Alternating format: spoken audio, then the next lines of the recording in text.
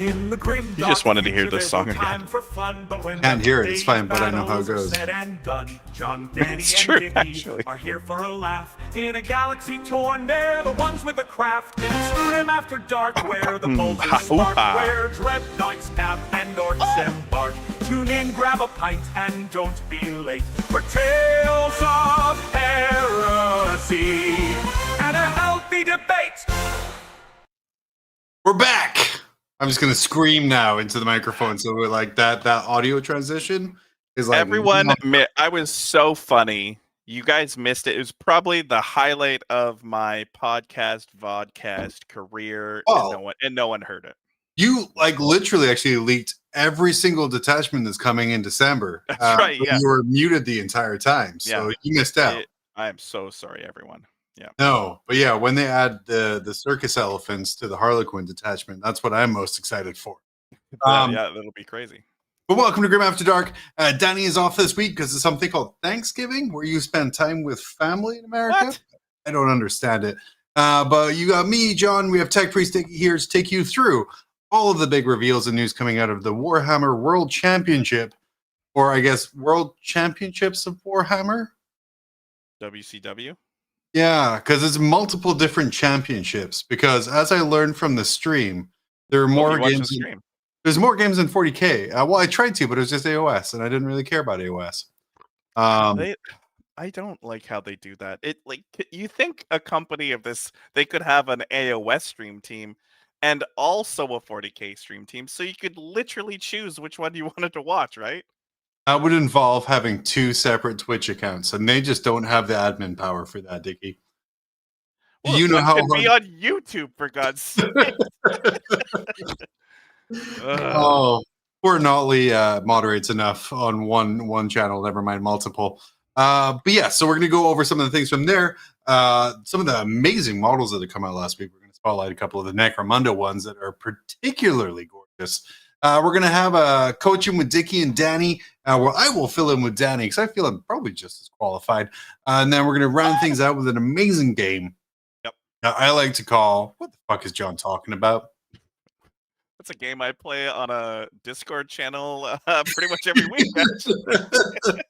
Yeah, Dickie, I was saying before we restarted, I had my first ever game of 40K on Tabletop Simulator this week. Oh, I did see that.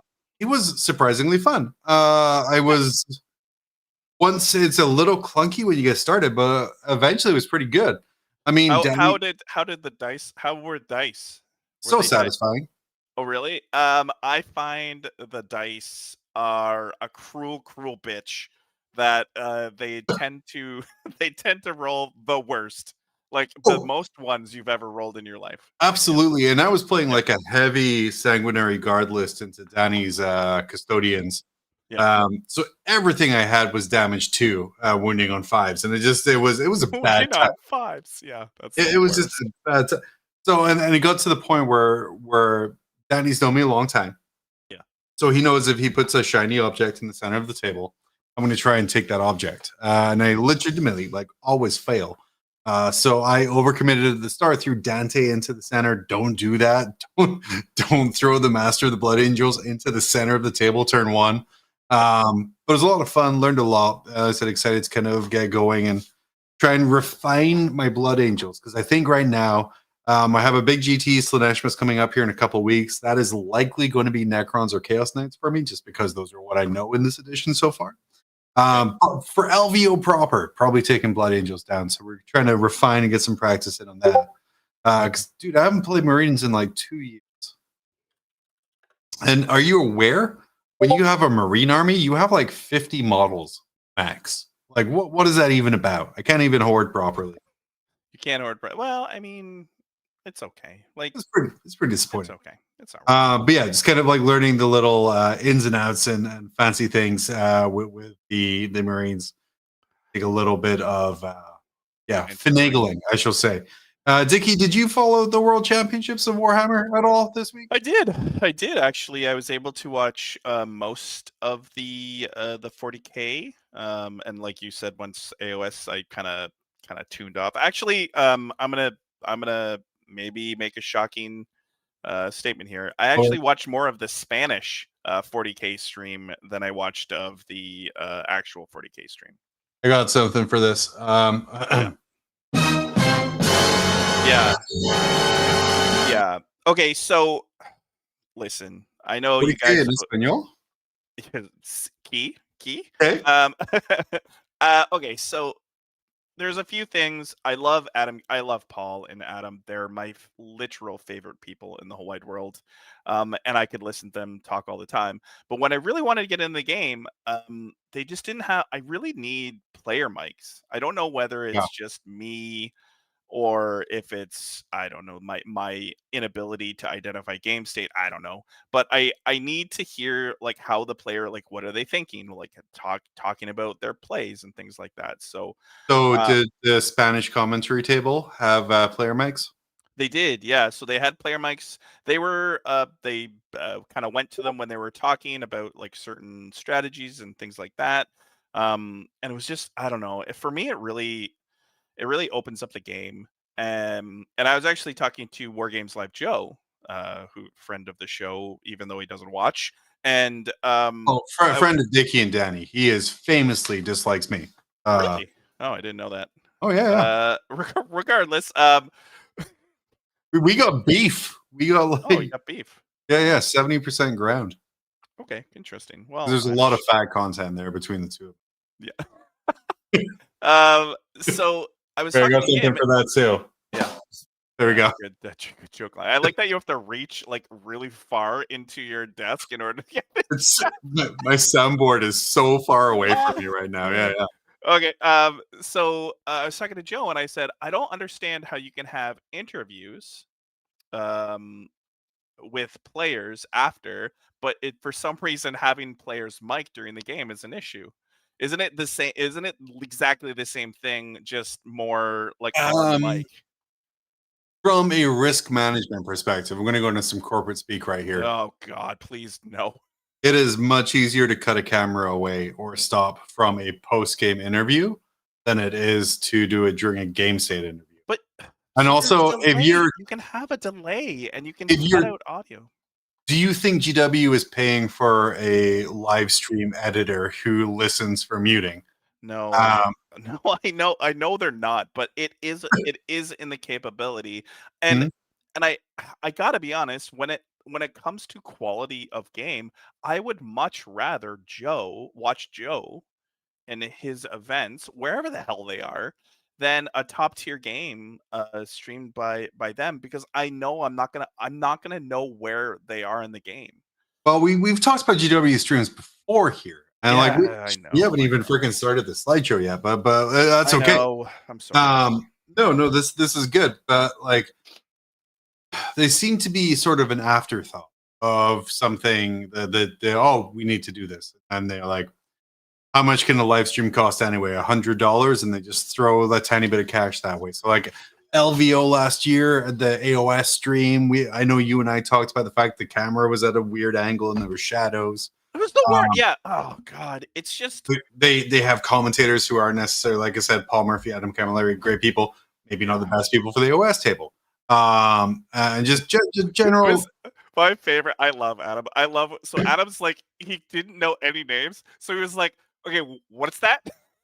He was like, oh, that's the goobly gook, and he's like, okay, cool. And then he like 10 seconds later, he's like, what's that unit again? It was just like, God damn it. There's a way of doing it. And there's a super passionate Age of Sigmar community because they almost wrecked tens of thousands of dollars of audio equipment at LVO last year. Yes, they are. Yeah. And you can definitely tap them for it. But yeah, I think that the problem we have with GW streams is they're sort of an afterthought. They're getting better. At least they're having like Camilleri and Paul Murphy, fantastic commentators. They're the best. Like honestly, like they're my like Falcon, Camilleri, Paul are my like A team commentary team. I worked with Nick. I love Nick too, but like those are my guys, right? So I just wish they had I just wish they had a better product. And can I talk about the stream table? Please do. Yeah. What? Okay, guys, like Frontline Gaming, like say what you will, but Frontline Gaming. You know what I'm going to say about Frontline Gaming right now is buy your products from them using the link in the description. we still do that? Okay, so I um hope so. but there's say one thing about them, but when we had their terrain on stream, they were clean, they were painted, and Well, they they were looked printed. and they were printed like printed in color. Yeah. And they were on a table and they made sure that the terrain looked fantastic. Guys, I looked at the stream. What that terrain was not painted, right? Like it was completely gray. Did they paint it like Codex gray? Like what? Ugh. Oh my god. Probably sprayed it black, then a little zenith gray on top of it there. Yeah, but yeah, I totally get your point. And I think Did the it problem is you have people like Joe in War Games Live who is for whatever reason dedicated his life to providing Oh, like good, high quality yeah. streams. But that is that man's entire life. And GW cannot afford to be like you are the streaming person because one, a lot of the events they're covering right now from like the US Opens, and that's 5 events in the States. I think they have a couple events in the UK that they cover. That's a lot of work visas to have a consistent team for a consistent experience throughout both. And then, yeah, it's just it's the inability to produce a consistent product because I think the expense outweighs the payback. But dude, like honestly, just do what Frontline does. Just get Joe, throw him some gas money, help him paint his yellow truck now, and then he'll be good to go. You get Joe to stream it and have Adam and Paul there commentary. Like it would be like so like there's such a perfect way. Like listen, like didn't we give like London Grand Tournament so much the most amount of shit like 3 to 4 years ago Well, about that's having because they crammed a shit bunch of terrain? polystyrene on tables and hallways. Yeah. So that was very much deserved.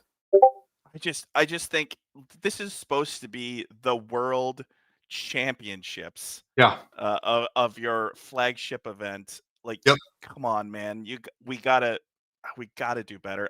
I'm just thinking about like, do I cut this up as a short and have everyone hate us now? Maybe, but like imagine, okay, so you grow up in a small fishing village in Cyprus, and No, what? you decide that you're going to play Warhammer. You find this game Warhammer. You dedicate your life not to the fishing industry, which is huge reciprocate, Want to but be to a pro Warhammer. Warhammer player? Okay, got it. And then you win a GT and you get a golden ticket, and you're like, yes, I'm going. This is my way out. I'm going to start a coaching service and make videos about tier lists with this. And you fly all the way to America, which is a little bit 12, 13-hour journey. And one, you have to go to Atlanta. Two, you get unpainted terrain on the main table. I don't know. Like I will say, I don't know if it was. It just did not look like from the view that I had of the train. It did not look painted. Like, No. please, guys. Like, I want to be wrong here. If you had told me beforehand, then we would have called we would have had the episode title been "Exposing Unpainted Terrain" at the Games Workshop. That's our short title, actually. That's our short title, yeah. But yeah, World Championship over for another year. They've restocked the golden tickets. Get out to your local GTs and win them. So you can tell us, because I'm not winning one. Dickie can tell you how to win one as the head coach of Team Canada. But if the terrain is painted or not. Dickie, moving on a little bit. Thank you. Comment of the week this week, right after rant of the week. Oh, great. Got this great from Mr. Chad Sexington. Any chance of a game of correctly pronouncing British GW stores? And then he has like a list of them here. And I thought, that list is a little difficult. So I just found some random. Real hard. Wow. So these are the names of, I think putting Welsh names, by the way, is cheating because that's not a real language. These are 5 real cities or towns or villages in the UK. And Dickie, all I need for you is to pronounce them. It's a pretty easy one. It's not that easy. Okay, I'm going to start from the bottom. Start from the bottom, okay? Yeah. Okay, I'll go. Yeah. Norfolk. Norfolk. Nope. Norfolk. Nope, Norfolk. Fuck. Are we just going to be like yelling at each other like different than the names? Like I'm always right? No, you are absolutely wrong. These are all ones I'm going to agree to disagree, John. Swansea. Swansea, that is right. Yeah. Oh, Jesus.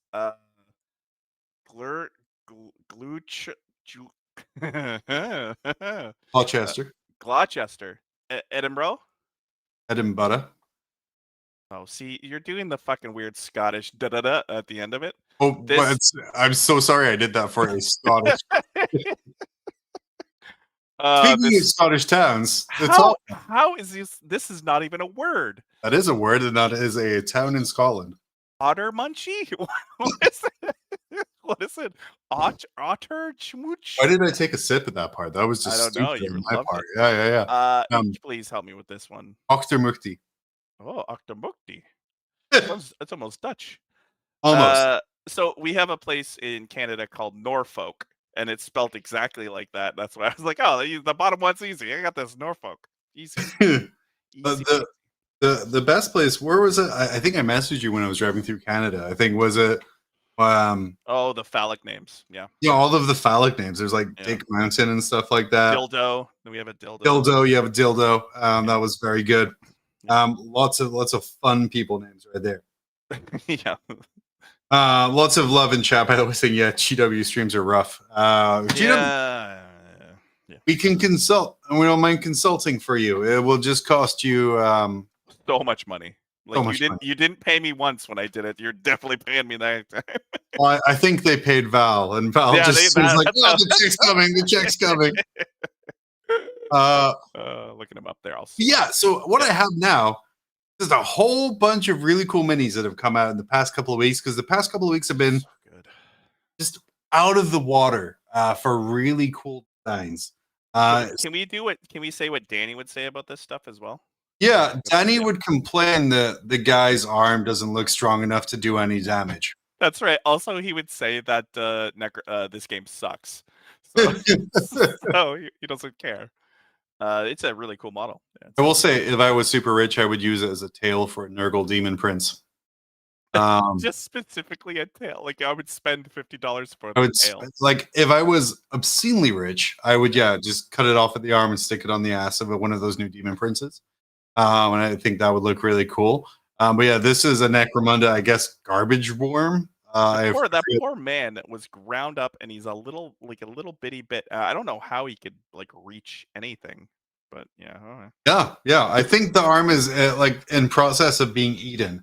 Whereas some of the comments I saw on Reddit were like, he only has one arm. What's that going to do? And I'm like, no, brother, that's a victim. That's a victim of his. That is not an attack. Yeah. Large fan of Wormboy. And then we have Professor Charles Xavier from Necromunda. Okay, so this is like a servitor that is mobility challenged, obviously. We should. So that's the game we need to play next time. Yeah. Is what does this unit do in Necromunda? Because honestly, it's been a couple weeks since I've seen this picture. It could be anything at this point. It looks like either like a gooning chair or possibly like, chair. yeah, it's just He yells that there's no ramp, only stairs the whole time. absolutely. But it is another beautiful Necromunda model that I wanted to point out there. Oh, This look is- at this guy. one's more up your alley. I wanted wow. to ask Danny about this, but I guess you produce on that Old World Charm. Yeah. Your premier Old World podcast. Yeah. What Games Workshop seems to be doing with their Old World releases is re-releasing really shitty old kits and packaging them with one new model. I've seen with Dwarf Engineer here, seen revealed the World Championships with the Empire Engineer. What are your thoughts on almost like locking these really awesome new miniatures behind really shit models? I'm sorry if you like that model, the Empire model, but it is You gotta buy 50 dwarf warriors to get this work of art. I mean, they do it with 40K though, right? Like you have to buy like but I got cool models with that. Like I bought the Blood Angels box. I got 10 Death Company jump packs, a bunch of other stuff. When you get like models older than me, and look at my beard, it's gray. Yeah, it is gray. But it is. I don't know, man. I'm okay with it. Like I think like Old Worlds they know who they're selling to, right? Like they get that people would be down for just a new anything at this point. Do you think this is a way to get people with existing fantasy armies to buy old kits? Because the War Wagon, right, is the example I'm thinking of where it has the new engineer model in there. Yeah. I'm sure if you have an Empire army existing, you already have a War. You have like a 3 different, like in the blister, Yeah. you used to get 3 of them, right? Yeah. I don't know, man. I think it's probably a way to get some profit out of this. Like everything else is just book. If you have like that high elf army from that the Skaven box set, I'm sure you don't really need much. But I mean, I think, like I said, I think the game system's been gone for so long. I think people are just, especially if they're a dwarf player, they'll be so gung ho to buy this. I think that's easy. Yeah, that's super easy. Yeah. That's the only old world miniature I have, by the way. I apologize. Oh man, I just did a prettier version of this guy. Oh, ignore that. Oh, look at that. I removed the background on those guys. Oh, wow. I love that. Oh, wow. This is the Cadaver, as the name of the guy on the left. Yeah. And the Snitcher, or like the Grasser, or something like that, is the guy on the right. The Grasser? It's like the Tattler or something like that. His entire rule set is Snitch. Snitch. He goes and tells on people. So that guy has a body. I really enjoy the idea of this model to just have no offensive capabilities, but maybe like after the game, you're like 100% more likely to be like committing crime or like caught by the Arbites. This is the second combo pack for Necromunda in the past few weeks, where you've had one big fat guy and a little skinny guy alongside it. What's the next pack going to be? 2 fat guys. Whoa. Yeah. You like that? Yeah, that's just because two skinny guys just doesn't make any sense. Freaking gas. Yeah. And Danny's super disappointed for this week because Dickie and I, famed Eldari deniers. I hate Eldar so much. But they rounded out their aspect lords this week. Yeah. With all of these fantastic, actually, new plastic models coming in. With starting off with the brand new Swooping Hawks. Dickie, have you seen so many tactical rocks in your life? How fast would those things fall over in a game of 40K? Like, there's no way you're able to set those and position them perfectly because they're just gone. Like, you blow on the table, gone. They're gonna weigh like 2 ounces. Like, it's just ugh. All GW stores, by the way, that get these in are also going to get a roll of dimes for every box that you buy. That way you can weigh them down appropriately. Yeah. It's sure fantastic. The super old kit. These guys do look cool. These guys are awesome. Yeah. No complaints about these guys whatsoever.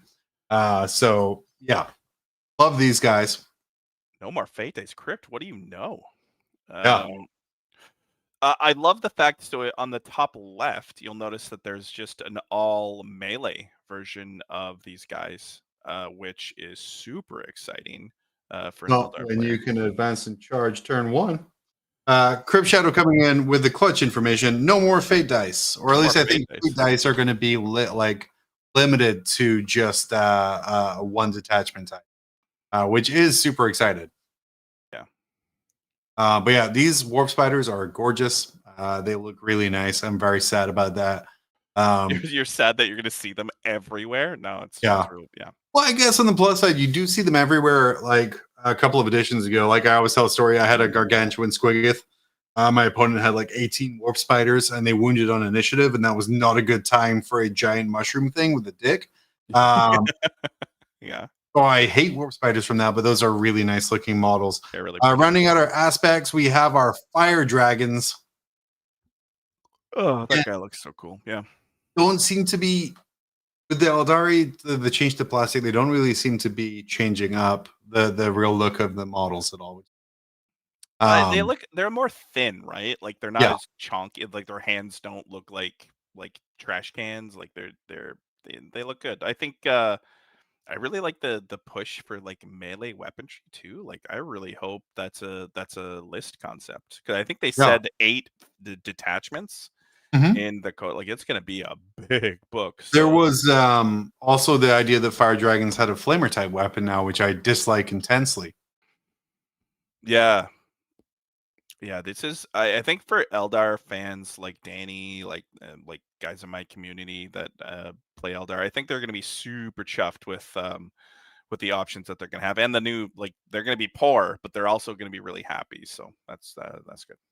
Fingers crossed. Yep. Moving on, we have the Aspect Lords. My Azraman. goodness, Azraman looks amazing. He does, yeah. And so one thing that I've noticed people don't love is he's got a little mouth slit, because mouth slits are weird apparently for people. Yeah, he's got like a little mouth. And also a little red clown nose. That's really cute, though. Yeah. I like that. So I think people were like being really grumpy about that. I'm okay with it. I think it looks okay, but they did say it's probably so small that just a very small amount of green stuff and that thing's gone. I was going to say the secret ingredient. Do you think this is a conspiracy from GW to sell more green stuff?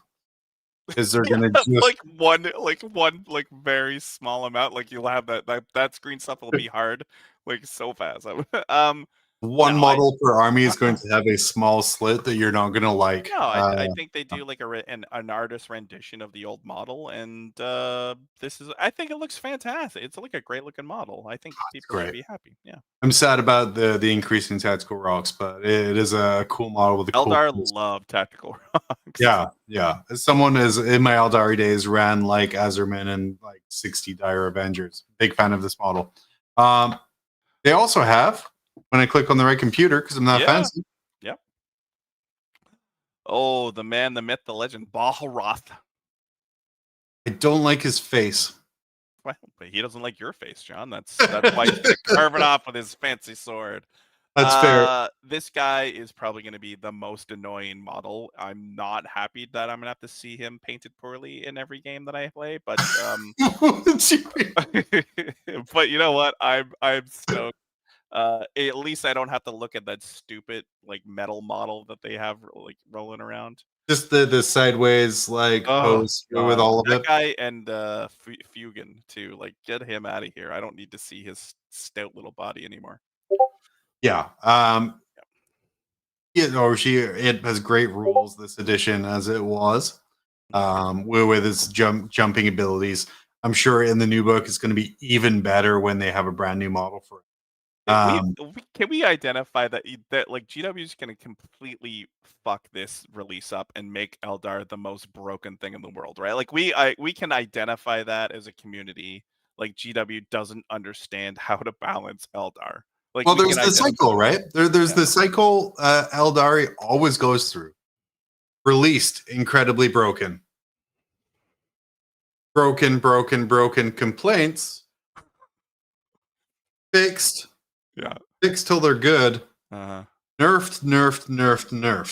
Like how long will it take this book to be balanced is generally the like, is it going to be 6 months? Is it going to be a 6-month balance? It's going to be however long it takes for one of the GW guys to play against it. 9 detachments, right? Because we're getting the new detachments in December. 9 detachments. They're never balancing this book. It's not happening.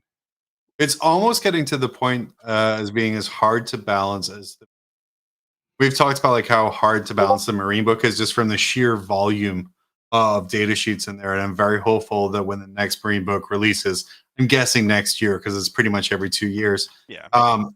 Firstborns are just gone. Yeah, but you would imagine that's going to happen, right? Because that's going to help with that book internal balance like a heck of a lot. But Eldari is almost, especially now that they've kind of rolled Harlequins into it. They rolled Inari into it. Like everything in that book is just, it's so almost impossible to internally balance. The one thing I do want to see is an X-Date list. I know they're not going to do it.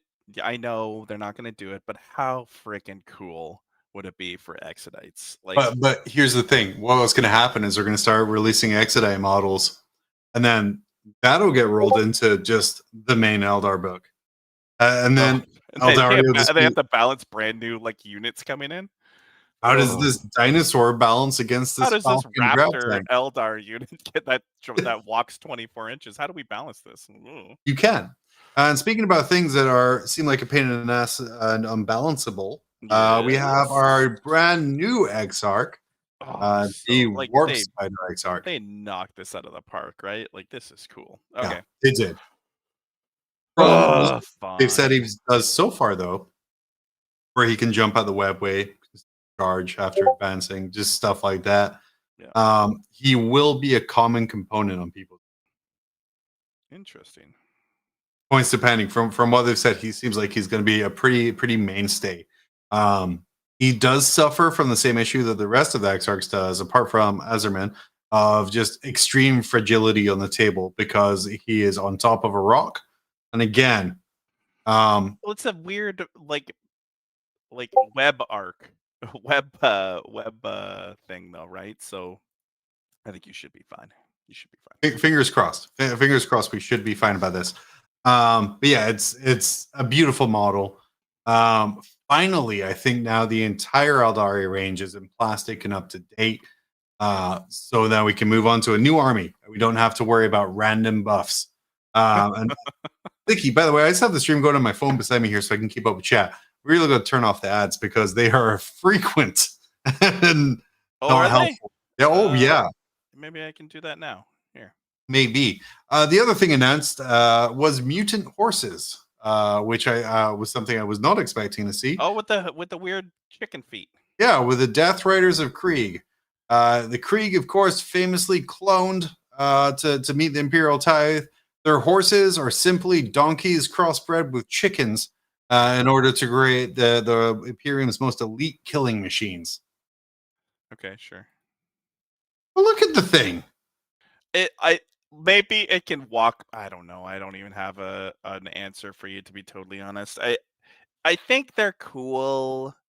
I'm not a guard fan. Well, I'm the worst 40k person. I only like chaos. That's it. They look cool. I think the Death Corps is gonna sell like hotcakes because people love that kind of that look. They look so much more gritty than the Cadians. If you like, it's just unbelievable. So, yeah, I like it. Oh, you're muted, John. Yes. Haha, I'm back. I hit the wrong button.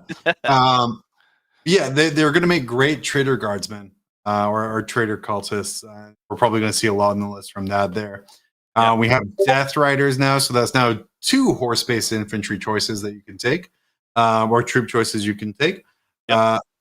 Again, chicken fooded though. I love the details on these horses though. How especially when you like compare it to what is it, the Lord Solar Macarius guy who's on his giant horse and it's all like pretty metal, and this one is just like red raw flesh, like covering exposed metal gears. It's fantastic. Big fan of those. And then the regular guardsmen, I think we see the return of the Cyclops demolition tank in this picture as well. Yeah, so I think they called these guys the engineer or the frontline engineers. The more melee focus, you'll notice that they have more the shotguns. I believe they have. So these guys are probably going to be like your kind of replacement of your not Cadian, Catachan fighters with the scout. Is it an issue, by the way, that there is it's modeled off of a remote control car? Because if you look at those Cyclones on the side of it, that is 100% remote control car design right there on the Cyclone. Yeah, it looks interesting. It's like a Roomba. I just look at it like a Roomba. Yeah, it's a death machine. It is fine. Oh, what happened there? It's all good. You muted your Discord, maybe? I don't know. I tried to. It's beeping a lot, and I apologize for that. Oh, this thing looks so cool. Okay, so this is one of my favorite vehicles in all of Heresy and 30K. Right? Primarily because it has no weapons and no actual value on the battlefield. And guys, if you know anything about me, there's a weapon in the back. Look at it. Yeah, he's holding it though. But the basic thing, like that colon is never really. It's been sort of like a basic transport, and I'm all about taking weird things. This model is fantastic in resin. It's amazing in Imperialis, and now it's in plastic. Yeah, I mean, it is everything I want out of this model, to be totally honest, and I'm happy. I'm ecstatic that Horus Heresy brought this into the fold. So yeah. And that isn't the only plastic vehicles that were announced for Heresy right there, as we also got a plastic Derrideo. Yeah. Where the legs are... Can I be honest? I'm still mad that the Derrideos that I have are not usable anymore, personally. I'm as mad as John's Discord that keeps beeping, but not it sure as does. mad, just a little under mad. Maybe, hey, maybe we jump to a different set. And I can shut that down there real quick. Set, sure. Yeah. Let's just. What set do you want to go to? Where do you want to go today? Oh no, let's just share the private links. And we go from there. Then we're just gonna apparently play from the start. This is going to be technical difficulty, the episode. That's our title right now. It's because Danny really brings us together, technically. Danny is the technical glue that brings this podcast together. Oh, yeah, we're right back to number one. Back where we want to. Norfolk. Yeah, Octomukti. Dickie, Dickie, fill for time. Fill it for time. Okay, let's beat up on GW more while we can. No, I'm trying. Oh, stream quality. Stream quality. No, I'm just gonna make a short. It'll just put it out right at lunchtime where everyone looks at their shorts. I'm sure that'll be fun. That's perfect. All right, we're all set. We're good to go. Okay, Derrideo. Derrideo. Okay, so I'm still pissed about the when they made the Derrideo go away, and then they said, "Oh, just kidding, he's back." Well, they're 30K only now, which I'm a little pissed about because I have a couple of really nicely converted like Death Guard ones, where like there's tentacles and flash and different stuff like that. But I don't really want to play Death Guard in 30K, so they're just kind of. I have a couple of Contemptors too, because remember we all went through the Volkite Contemptor phase.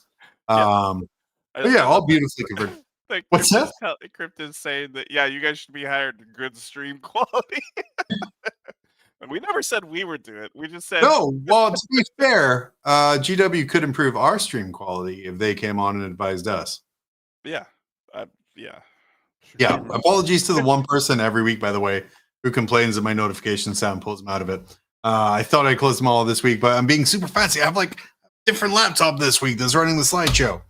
So that's on me. I didn't close it down on that one. I admit, I have 3 Derrideos. I have 2 Contemptors just sitting, gathering dust that I'm not allowed to use in my Chaos Army anymore, sadly.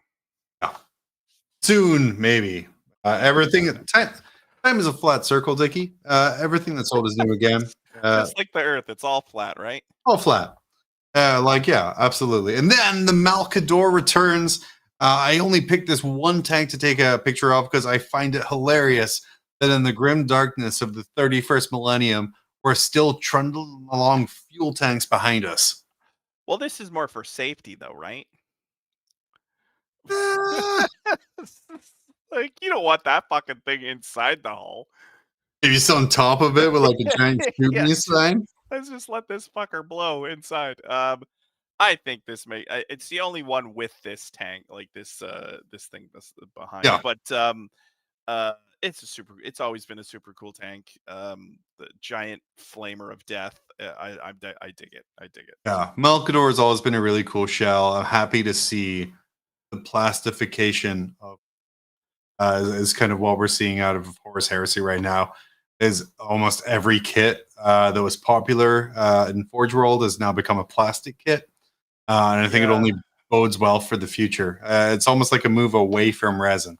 And I know we joked about this like months and months ago, but like Crypt Shadow is so right. Like this model was a 40K model, just like the Brass Scorpion was a 40K model, and like and now they're like, no, it was 30K. Makes me so mad. And I'm not usually one of the lore nerds who yells at GW about changing stuff.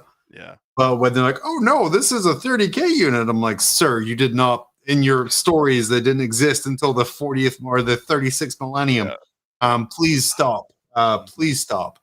Just tell us you don't want us to use the model anymore. Don't remove it from the. Yeah, we're not dumb, right? Like, well, I mean, some of us are. Well, pretty dumb. Yeah. No, that's all of the models I wanted to talk about, apparently. Oh, interesting. Yeah, this was sent to me here. So it's a little meme. It says, "There's no way they expect Henry Cavill." what women expect to see at a Warhammer 40k tournament, which is apparently a well-dressed, handsome, chiseled man in a suit. Yep. And what they actually see, which is apparently just me if I didn't shave. Have you noticed a change in your local scene since Warhammer has kind of quote unquote become mainstream? No. Have you? No, God, no. No. I wanted to ask you this actually. I personally found it ridiculous. Chat, feel free to correct me on this. And Dickie, you're head coach of Team Canada, Team USA over the past couple of weeks. They released their rosters and kind of their different things. What's your thoughts on them having a specific health and fitness coach on their Warhammer team? Well, they did have that last year, and it was more for, I think it was eating. They made sure that they had a good diet going into the events, which is smart. Actually, Team France has the same thing. They actually have someone there that makes sure they have like little snacks and whatnot, like little bottles of wine at the event where they get. Where's the croissant guy? No, I'm joking. The baguette guy. You gotta have the baguette guy. I think it's actually like really smart. Like these, you got to remember these guys are they're competing at a super high level, and just having not to worry about like oh, I got to go buy a pizza or some crappy piece of food. It does take a lot of stress off the players at the event. So Can you I'm okay with it. imagine you telling your friends and family, "Oh, you play Warhammer? Yeah, oh yeah, I'm a coach for Team America." I'm like, "Oh man, that's fantastic." I'm the baguette guy. What do you do? It's like, well, I'm the health and fitness coach. I'm like, oh, okay. Can I see like some pictures of the players there? And then you remember what they look like, and you're like, no, no, please, no, you no. can't, No. because that just says that I'm not doing a good job. I think it's. Wow. Is it a jobs for the boys kind of scenario where, yeah, there is some tangible benefit for having a food wrangler, but like, does Team Canada? Do you guys have a maple syrup guy? We don't have a maple syrup. You have a Timmy Hortons guy who just makes sure we don't have a Timmy Ho-Ho's guy. We should probably see. The problem is you're in Belgium. There's no Timmy Ho-Ho's in Belgium. Hey, you can have a K-Cup wrangler. His job is to ensure you have enough Keurig pods of Tim Hortons. Yeah. To survive through. I don't think we're there yet as a team, but you know what? Maybe next year we can have a Tim Hortons rep.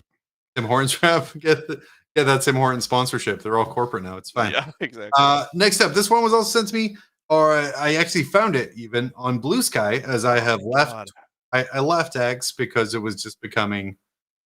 I say becoming a toxic cesspool. It always was brutal. Yeah, it was pretty brutal. So I left that.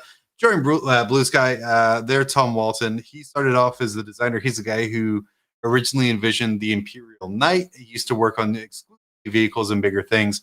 Now he works on all kinds of stuff, including this upgrade sprue and Night Lords. And he says that the first version he made of those had to be redesigned because they went too far. They would have broken decency laws in several countries. Dickie, how did they do that? Oh my God, I want to see it so badly. Fun fact, you can't buy this kit friggin' anywhere. I've been trying to get this kit for like 2 weeks now. I can't find it anywhere. Yeah. How do they naked ladies? Clearly there was naked ladies on there. Yeah. I was gonna say they were designed to be a really shitty chapter of the Chaos Marines. And then they were like, well, we have to release Night Lords at some point. Or their detachment dread. I tried to make that detachment work. It is like you got to go through so many hoops to get rerolls. Like when the sun is at a zenith and they fail a battle shock test, you may reroll. You're like, God damn it. So I'm also drawn to sort of similar detachments. What draws you to finding just the shittiest detachment you can? I always like I can make it work. I always like get really like I always get like super stoked about I could totally like I can you can kind of like see the numbers and you're like I can totally make this detachment work, and I can't make that detachment work. There's what I'm trying to make work now, which I know in my heart and in my soul is not going to work. Is doing kind of the angelic host Blood Angels detachment, putting exactly or almost 1,000 points in reserve, And then there's a Marine character that lets you redeploy 3 units, including into reserve. So I can just have no one on the table. Just null deploy. So start with like nothing on the table. And then there's no tactical advantage to doing that. Nope. I just enjoy that I can break a rule. And I think that's the most satisfying part for me. Listen. I think for me, it's just trying to make this thing in my head work. But you know what you need, John? You need good friends to basically tell you you're completely wrong. And then I ignore them several times. That's great. That's a great way to do that. We touched on this earlier. Grotmas calendar is coming this year. Now with tangible goods and not just shitty Black Library short stories, we are getting a brand new detachment every day for 24 days, Dickie. This is effing insane to me. Okay, so there's part of me that thinks this is just a complete joke, right? Like these are gonna be like, oh, the funny grot is he hits on 2s and wounds on 7s. Like there's gonna be just the worst detachments ever. It's gonna be like the Jingle Bells detachment, where you get bonuses for running a Great Unclean one with the bell. Like, is that what it's going to be? Like, I'm okay with it, but like, it's insane to me if these are going to be competitive detachments. Like the balance, like as a game right now, there's some armies like clearly Guard is in that after WCW. They're a really good army. I don't think Custodes needs a change. So, like it's insane to me that they're gonna add like 30? Are they adding like how 24? Many? I think it's kind of like 1 per day. So I heard demons are gonna get 1 for each god. No, so that's 4. And then you're gonna get apparently Death Watch is gonna get their own thing. Yep. In that, and then like all the other like Jesus, like how I see this turning out 20 below average detachments that people are disappointed with. I just don't. I can't see like 2 okay detachments that people will use for narrative reasons, and 2 absolutely broken detachments that mean in January sometime, poor Adam Solis is going to have to put out a statement being like, "Yeah, LVO is not going to use these detachments." Yeah. Like I don't know, man. Like I think it's well. Here's the other thing. Like if we didn't do this, could we get codexes earlier? Like that. This was a monumental amount of work because I imagine it's going to be. Was it though? Maybe they're just really shit. You don't know that. Like, and it might just be like, and I don't believe they're probably fully tested. So it's going to be a hodgepodge. Yes, you're Falcon Hunter. You're right. It is a detachment for free, even if it's Jingle Bells and the Great Unclean ones with bells get a bonus. That's true. But like this is a rule. I would imagine it's going to be an army rule. It's going to be like a detachment stratagems and stratagems. So and enhancements for all of these detachments. Could they not have just maybe move things along faster? I don't know. Look, all I know is we have a perfectly good Hasselhoff tier list system in use, and a weekly show going into December that now has at least 15 minutes of content a week from this. Oh yeah, we can bring that to 30 minutes, I think. Oh, absolutely. Yeah. All of your details come right on here. Now, really quickly here, because I want to take the place of Danny.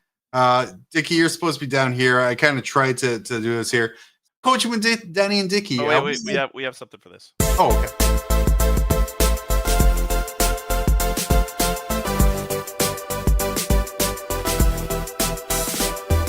I love that. I love that. Yeah, I have the title. I don't change the title. I just use the exact same bumper, and I just have to update that bumper. Thank you for reminding me. Yeah. This is Coaching with Danny and Dickie. I, John, have gone through the internet and found the most burning questions that people have had on Reddit, Blue Sky, because fuck Twitter, and all of those other places. And Canadian head coach Dickie and professional player Danny are going to answer for us, bro. I didn't know. So first up, Dickie, is it bad etiquette to join RTTs with a narrative list and a non-competitive mindset? Is it bad? No, that's silly. He says I have very limited time for 40K. and sufficient practice to learn and play competitively. How do you feel as a competitive player at an RTT when you're drawn and go to a table and play a game where you cannot complete 5 rounds and maybe you get a lower points total because of that? How do you feel in that moment? Okay, so I think I view RTTs as complete practice zone. I know people use RTTs as their like weekly competitive thing, but for me, kind of where I'm at, I use RTTs as I want to try some new shit, and I'm gonna go to the RTT to do that. And if some guy wants to go there with their Imperial fists, like just like wanting to be super in that kind of, I don't know, narrative world, I'm Yeah. okay with that. I'm okay with that. I think that's cool as hell. Yeah. I think it's kind of really understanding the purpose of RTTs because you're right. Guys, winning an RTT, not necessarily an impressive achievement. No. I'm sorry. That sounds awful. It's great that you got to play the game. I have won an RTT. That's just to give you sort of a level on where that sits. Over 3 rounds. Over 3 rounds, yeah, anything can happen. And Dickie, I think you have the perfect strategy for this. You use it to test stuff for, again, this sounds so fucking disrespectful, but for real events, like your 5 rounders and your GTs. Yeah, like I would totally bring like the Night Lord detachment and like see how it is and see how it performs, right? So it's for me, it's just like learning the list, and it's not a lot about the person I'm like playing against. It's To more me, about just list dynamics. RTTs are for connecting with your local community and having some fun games, essentially. That's what it's for. There's lots of takebacks at RTTs. You ain't getting shit at GT. Cripsato John is an award-winning 40 game player. Technically correct. Technically correct. Right. Yes. This one here, losing every game when I go second. That's impressive. My buddy and I play each other a lot, both with speed-based lists. I play orcs, Cults of Speed, and he plays Space Marines, White Scars themed.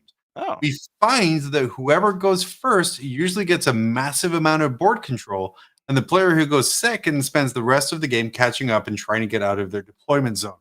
As a player going second, if you're faced against a high pressure and fast army, Dickie, how do you respond? How do you respond to?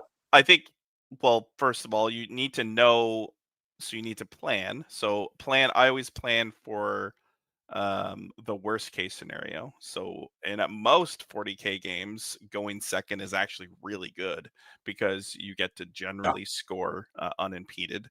But if there's a high pressure army, they love going first and getting up in your guts.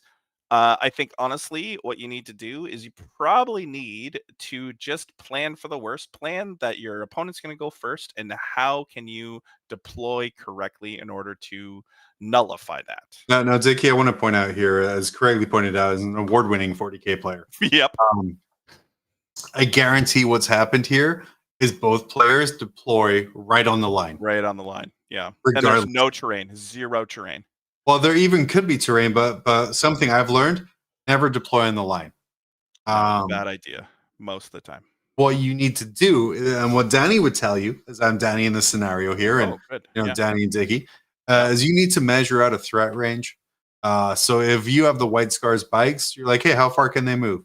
Can they advance and charge? And kind of figure out, and if they have a 30-inch range, then you are sitting 32 inches back from them. Because what's getting you locked in your deployment zone is the fact close combat stuck in there. Yeah, or like having a strategy. So like if he wants to charge this unit, then you get to countercharge with one of your big F off units, right? So being able to kind of bait that thing, because I know like John here, since he's an award winning, he never gets baited into ridiculous charges in the middle of the table. But you know what? Some people do. Absolutely. I'm a masturbator. I do not get stuck when Danny puts 2 units of custodians right in the center, right where I can charge them. This person here, Dickie, this one was specifically for you. Genuinely, how do you play World Eaters? I love World Eaters, but I think that not only do they suck, 44 win rate after nerfs on stat check, expected to drop again soon, but I'm also awful at piloting them. I just don't get them. I know there's We're having an Oh, update. we're updating today. No, we're not. This is why I don't get power on things. I just don't get it. I know there is a tournament list that everyone expects me to play, but I played it and it struggles with a lot of things that I can't seem to beat with that list.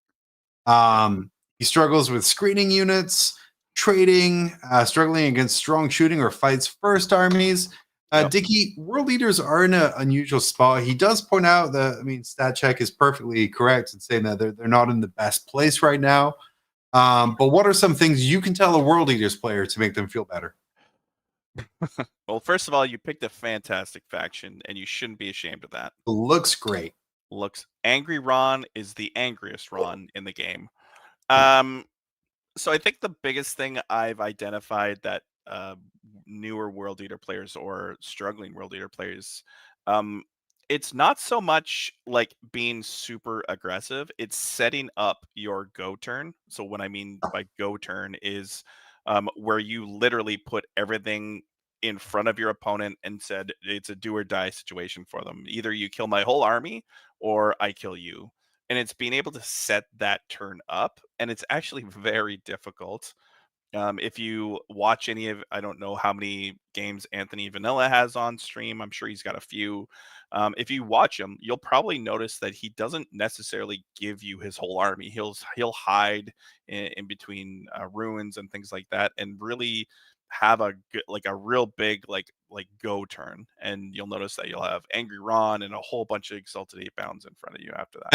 And honestly, that's sort of my play style as well, and that's why I personally have to get a lot of practice games in. Yeah. Because these lists, they hit like a brick. World leaders hit like a shit ton of bricks. Yeah, but you have to get there. But only if you do it on your terms and at your time when you're ready.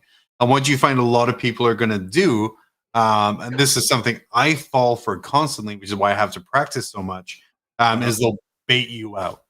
Yeah. Or maybe they'll put a little tempting unit out there, and you're like, "Oh, I can take this." Yeah, you want to charge my scouts? Ooh. Yeah, and you're like, "Yeah, I do." Yeah. Well, an example would be when I played Danny, he put a unit of Custodian Guard in the center of the table, and I'm like, "Shit, I think I can take that." Yeah. But in order to take that, I have to commit Dante. I have to commit this stuff here, and try and do it in a way where I'm not in counterattack range, and I couldn't do it. So now I've just committed like a quarter of my army to that point, where this only really works if everyone commits at the same time. So it only really works with a lot of practice and having one really good go turn, but also realizing that 70% of the time you're just probably not going to succeed. Yeah, I think the other thing is the combat phase is such an intricate phase. It's actually, in my opinion, it's one of the more difficult phases of the game to get right. Even simple things like piling in and how your opponent can block, or you can even block yourself from getting the correct amount of models in base contact. It's one of those phases you really got to work at, and these high level players like the Anthonys, like the John Lennons, they really work hard at that whole phase and identifying how to do combat correctly. The assault phase, I think, is the most difficult phase in the game, because it's a movement phase and a punching phase rolled into one. So you have to think, what punches first? Where do I go? And if you look at something like, say, Death Guard, Death Shroud, where they have a 4 or 5 inch movement, it's kind of pathetic through the regular movement phase. And the assault phase and the charge phase, on average, you're moving 13 inches with those guys. And you're getting a whole ton of free movement. So yeah, it's just genuinely, how do you play world leaders? Dickie, it's practice and a go turn. It's reps. It's just understanding like your jump off points or your staging areas, and then your go turn, and just understanding that go turn. This one's a little easier. Dickie, what does play Warhammer mean? It means play games. All right, perfect. Yeah, that's it. Okay, great. How to not be a douche canoe. Pretty much what the title says. I'm currently building my first army. I'm building Raven Guard. My father gifted me his old knight errant. Holy shit, that makes me feel old. Wow. Would I be a complete douche canoe to put a knight errant in a 1K point army? No. Aren't they like 350 points? Yeah, you're not a douche canoe. If you you have to have anti-vehicle. That I think maybe he's like in like 7th edition world where like you're totally a douche canoe for bringing knights to any game. Yeah. Absolutely. Yeah. Dickie, it's time for us to play our game and get out of here. Okay. I found this on Reddit. It was in a different subreddit, but it's basically describe a character poorly or as badly as you can. Let other people guess that character. So I have 5 characters I have described terribly. Oh, great. And I need you in chat to tell me which character I'm describing. Okay, chat. I need you more than Yeah. ever now. I don't have access to chat right now, or I'm at least 2 minutes behind. I gave you the new link in the Discord. Oh, it's probably somewhere. There's at least 20 people in there to help you. Mhm. So we are going to play What the Heck is John talking about? Oh, I'm totally in the way of the title. Yeah, there we go. Woo! So am I. It's fine. Our first character hates magic, loves dog shows. Who is that? Loves dog shows, like specifically, or just dogs in general? Let Dog me, shows. Okay, you can't here a change it, I little bit. guess. Is that I think it could be Lehman Russ? Lehman Russ? It is Lehman Russ. Yeah. He hates magic, but you know he loves rune But why priests. dog shows? Like Rune that was priests. They do magic a themselves. really Technically a bad way dog to show. really bad way to do that. But yeah, Almost like that's what the entire game is about. Who knew? I did. But that's fair. That's fair. I hate this. Bro. Oh, Perfect. that's perfect. Next up, took a really long nap, woke up because of his shitty kids.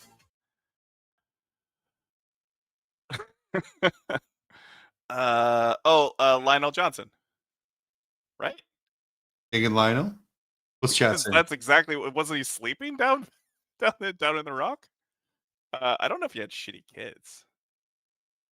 Well, they weren't winning, so yeah, Lionel Johnson. Actually, Robert Gilliman. Oh, well, he wasn't sleep. He was dead. Well, he was in stasis near death. He was, which I don't know about you when I wake up. So just so you know, everyone is saying the lion in chat. So well, everyone is wrong. Everyone is wrong. Let's Sorry, just chat. Yeah. Moving on here. Next up, blew up his home and his dad's shed. Blew up his home and his dad's shed. Oh my god, they all did say the lion. That's that's just wrong. Oh, okay. Vicky says girly man. Blew up his home and his dad's shed. Okay, so it must have been the Siege of Terra. Must it? I would assume. I'm gonna say Horus. Okay. The right answer is actually Magnus the Red. Oh, you're right. People are saying Magnus. Someone said Sly Marbro.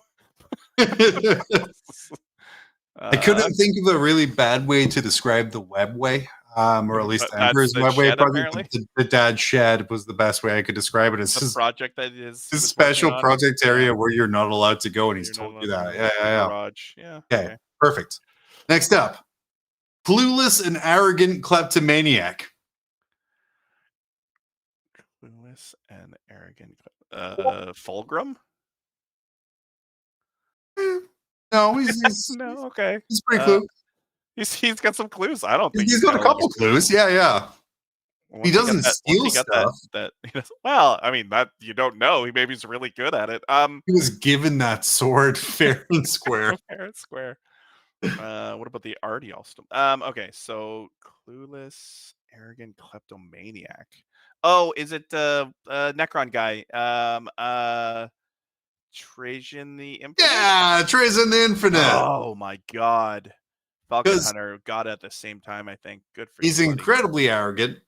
He steals everything in his little Pokeballs, but if you read the stories, he has literally no idea what he's doing any of the time. Really? He's such a cool character. He is. And then I think this is final. We'll see. Has really good health insurance. Okay, so someone that like doesn't die. The Salamander Primarch guy. Vulcan? Yeah, I remembered it right away this time because last time we did this. I'm both of us were awful about this. Yeah, I'm gonna say Vulcan. He had some rough stuff that he went through, and he just bounced right back. So yeah, Well, he died several times. He just comes back to life. but because All of right. his good health insurance. I'm going to ask you a question. When Vulcan comes back to life, or is there any equipment that's used to medically bring him back? Or does he just come back to life? I think he just comes back, right? Yeah. So why would you need good health insurance if you just don't die? Yes, yeah, it makes sense. Yeah, by the way, saying Vulcan. Aisha. Lucius, that makes Lucius? sense. But Well, no, just because comes he back. also dies. He just comes becomes back. the next person. Yeah, The yeah. Emperor. You got it, buddy. He's been on that golden throne for thank you, Chipmunk 10,000 Jen. years. That was really Chipmunk Jen. You can think. Yeah. Can you, Chipmunk Jen, can you imagine the copay on a room in the Imperial Palace for 10,000 years? Oh yeah, that's a private room, man. It's private room. You Security. have 10,000 pills a day, technically, because of all the psychers that are things for security. Yeah. That's the perfect. The Emperor has really good health insurance. Mm-hmm. Dickie, Dude, it was a trunciated game, but I did enjoy it. Even, So you know what? for- This was my Yeah. favorite episode, even with all the technical difficulties. I think the technical difficulties made it better. I think the constant Discord notifications made it better. Yeah, I don't know what. Like, I was like literally frantically looking through my Discord. I'm like, I turned Discord off. How could Discord sounds be coming up? Yeah. That's just me. So that's for the special person who comments every week that I forget to do it. Thank you. And then even with me muting myself and going to the wrong part of the slideshow a bunch, it was a lot of fun. GG, yes, GG. guys, thanks for playing along. We did it. If you enjoyed shitty descriptions of things, and honestly, if you're watching Grim After Dark, you come for the shitty descriptions of things. Let us know. We will play that again soon. That was a fun and relatively easy game to put together, which after 2.5 years of The Price is Redacted, I'm here for the easy to put together games. Yeah, but like after was it 40K or porn? Yeah, no, I feel how Yeah, that was a dicey game to get. that is a dicey game. We should do that again soon, though. Yeah, maybe Christmas episode. I think that's a Christmas episode. Christmas episode. A Christmas episode should be the maybe gotta be the War movie. Games Live or stop motion Christmas animation. And I just zoom into one part of like a hand or something. Oh. Like, is that Santa or is that JD just making an awesome move? Who even knows? Who knows? Who knows? But yes, guys, next week the adverts turned off. This is the first time I've actually. I didn't even know they were on. Yeah, we didn't even know that they were on. We're not making literally any money. So literally not making any money from this whatsoever. Yeah. So yeah, I appreciate your time in this here. You can catch Dickie sometimes on That Old World Charm. He's also a frequent collaborator over with Seth. His definitely not Whose Line Is It Anyway quiz show. What else you got to plug? I was robbed the last time I was on there, by the way. Francois is like, he can't lose that guy, but Nathan won the one I was on. So a spoiler alert. Yeah. But nothing really to plug. Chugging away at recruits for Team Canada and editing. I have a podcast to edit for Old World Charm. So yeah, things are in the works. In the works. I'm just building Blood Angels, learning how to use TTS. If you are headed to Western Washington next month for Slanashmas, come see me there. I'm excited to go to my first in-person 40K event since I moved. Because apparently picking up your entire life and moving states in 2 months is a very arduous process. It's a lot of work, really. So yeah, I'm excited to kind of get back into the world for that one there. We will be back next Tuesday, hopefully at full strength again. Definitely with a game. Definitely with Coaching with Dickie and Danny or / John, award-winning 40K player. Thank you for that. I'm going to do that literally from here on out. But yeah. For Grim After Dark, I've been John. I've been Dickie. Happy Thanksgiving. Well, only if you're American. We'll see you next week. Well, you're American. Okay, bye. That's true.